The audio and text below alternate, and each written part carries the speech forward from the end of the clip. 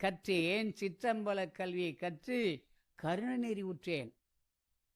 யார் ஒருவர் தன்னுடைய உணர்வுகளை ஆடாமல் அசையாமல் வேறு ஒன்றையும் நினைக்காம 2 புறங்களுக்கு மத்தியிலேயே கொஞ்ச நாளைக்கு மனசை நிறுத்தி பழகிவிட்டு வந்தோம்னா ஒரு அனுபவம் கண்டிப்பாக வரும்.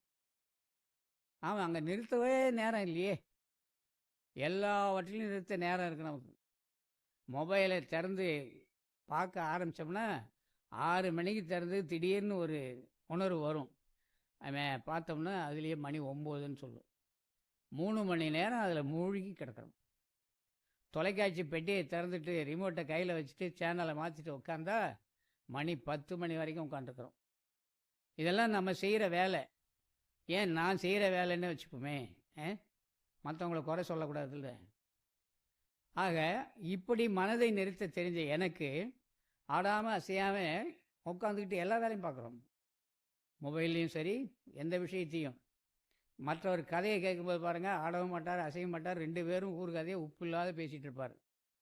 அண்ணே மணி 7 வீட்டில் தேடுவாங்க. இன்னும் கொஞ்சம் கதை இருக்குடா, இருன்னாச்சு, நாளைக்கு பார்த்துக்குவோம், தொடருவோம். பீச்சில் வாக்கிங் போகிறாங்களே தினம் காலையில்.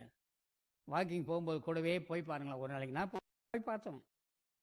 வாக்கிங் போகும்போது அழகாக நம்ம மூச்சு காற்றை கவனித்து நடக்கலாம்ல. இல்லை, அங்கே வீட்டுக்கு அதெல்லாம் நடக்குது.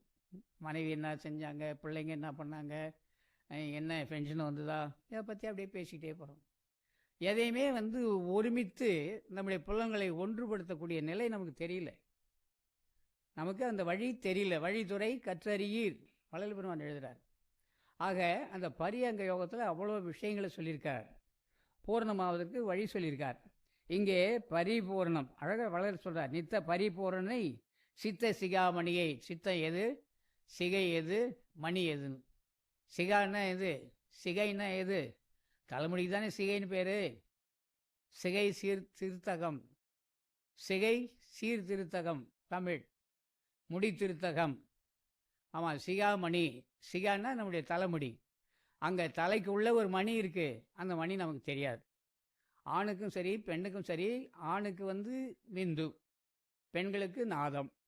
இது ரெண்டும் 13 வயது 14 வயதில் ஆரம்பிக்குது.